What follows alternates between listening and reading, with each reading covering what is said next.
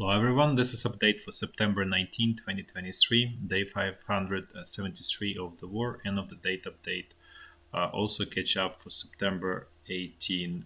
It's very relatively few news. I just wanna continue chronicling, so there's continuity basically in these updates.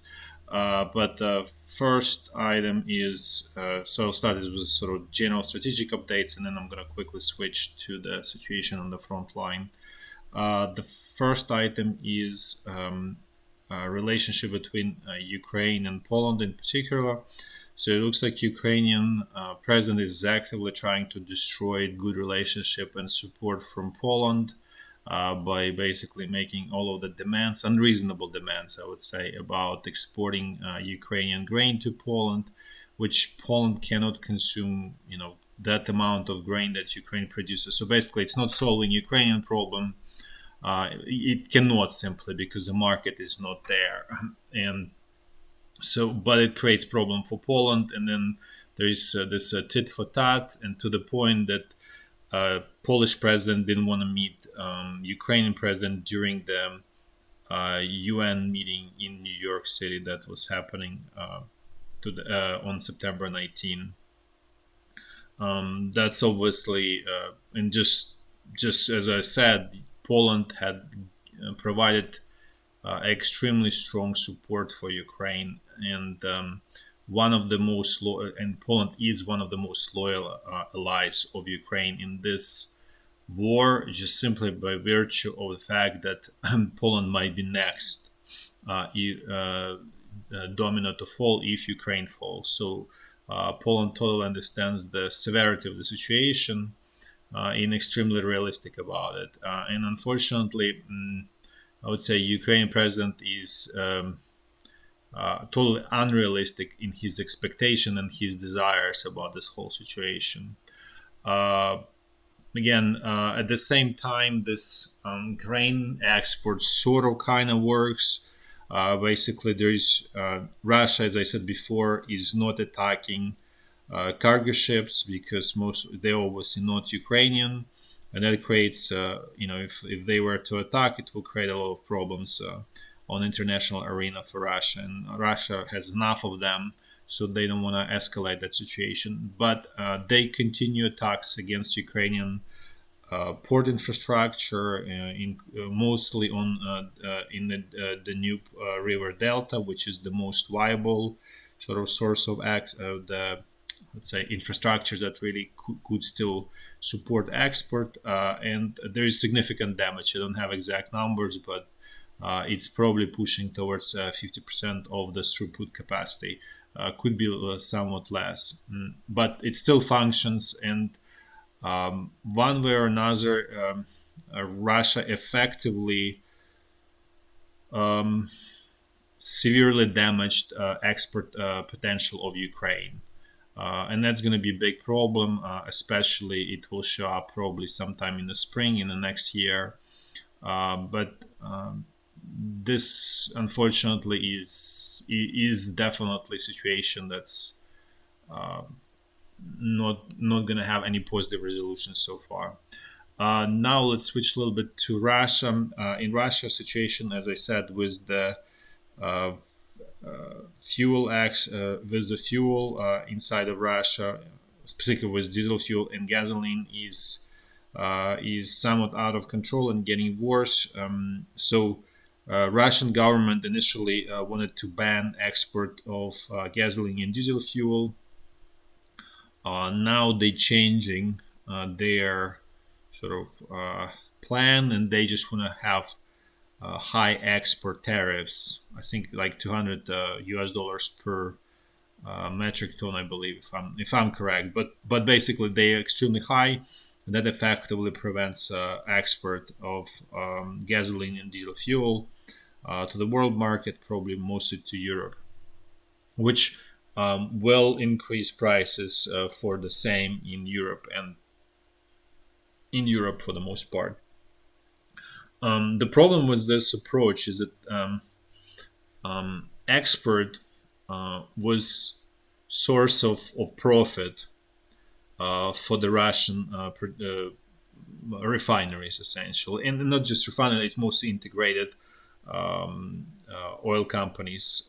That meaning that they extract oil, they transport it to the refineries, they process it in refineries, and then they sell. They have retail um, uh, stations through which they sell. So the price on the internal Russian market is obviously way below the international market, and also it doesn't generate U.S. dollars or euros, so it's a money losing proposition for the Russian producers to focus on the Russian market.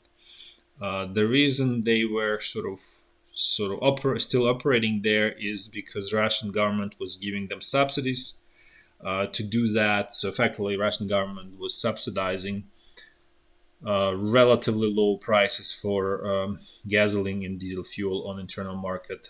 But because Russian government finances are in difficult situation, as we all know, they are improving though, but still, it's not anything what they had a year and a half ago. So they basically cut off on those subsidies, and so this internal market turning into completely money losing proposition for the Russian producers, and so they channel everything to international market. And so if this gonna have the ban is gonna happen, or this extremely high tariff is gonna happen, what this will do in the long run, it will actually not destroy but reduce bit by bit Russian oil processing capacity, because then there's no incentive to invest, and even repairs will be done in a very superficial way, or there will be sort of attempts to cut on repairs, so that this effectively will lead to reduction in the oil processing capacity in Russian refineries, which will then worsen the whole situation even more. So basically, at every iteration of this approach, it will lead to more and more acute shortages of gasoline and diesel fuel. But for now, this will allow Russian government to save the internal economy from collapse. So they kind of like between a rock and a hard place in some ways. And so obviously they are opting for saving internal economy because it supports war effort. But they obviously killing the golden, I would say, goose or golden chicken that basically brings U.S. dollars and euros, and also enables um, production or refining of crude oil into gasoline and diesel fuel on internal, and supplying it to internal market. So this is basically, again, this will not lead to any immediate collapse of Russia. This is just sort of explaining that things are getting worse in Russia as well.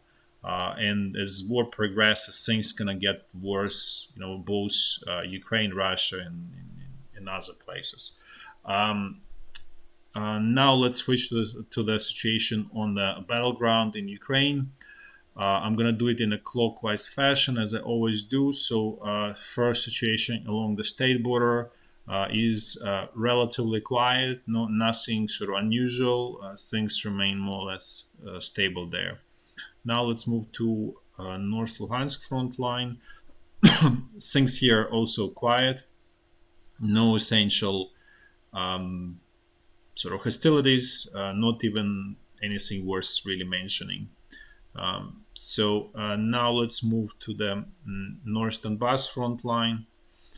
Things in the northern sector also quiet, not even notable tactical attacks, and similar situation in the southern sector.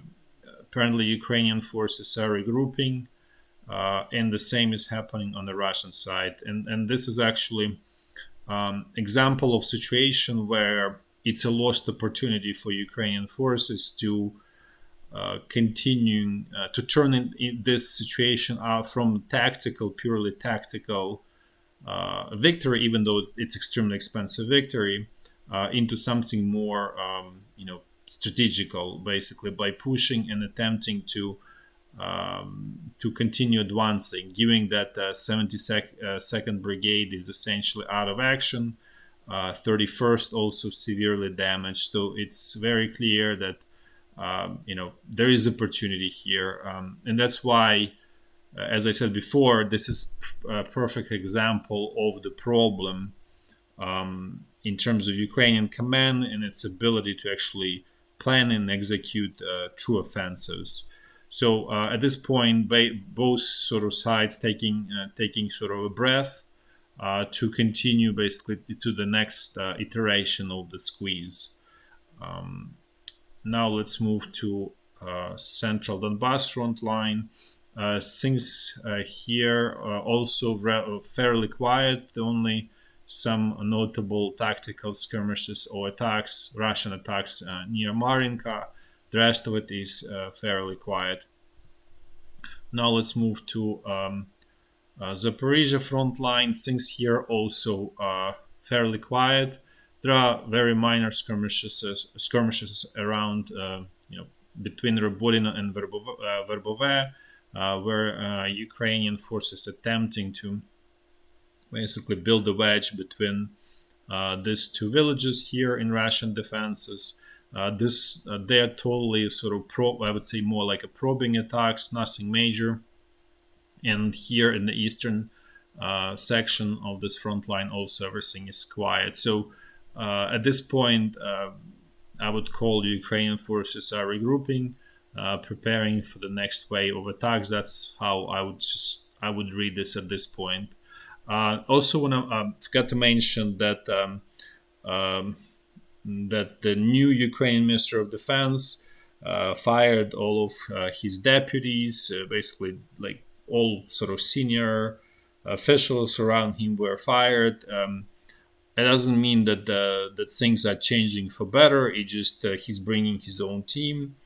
And as I mentioned before, this really means that this is all related team for sort of corrupt activities. Typically, this doesn't mean that this is changing anything. It's just a new corrupt team is coming and sort of going to be digging the well essentially, and they don't need sort of all people who sort of from other clique or something.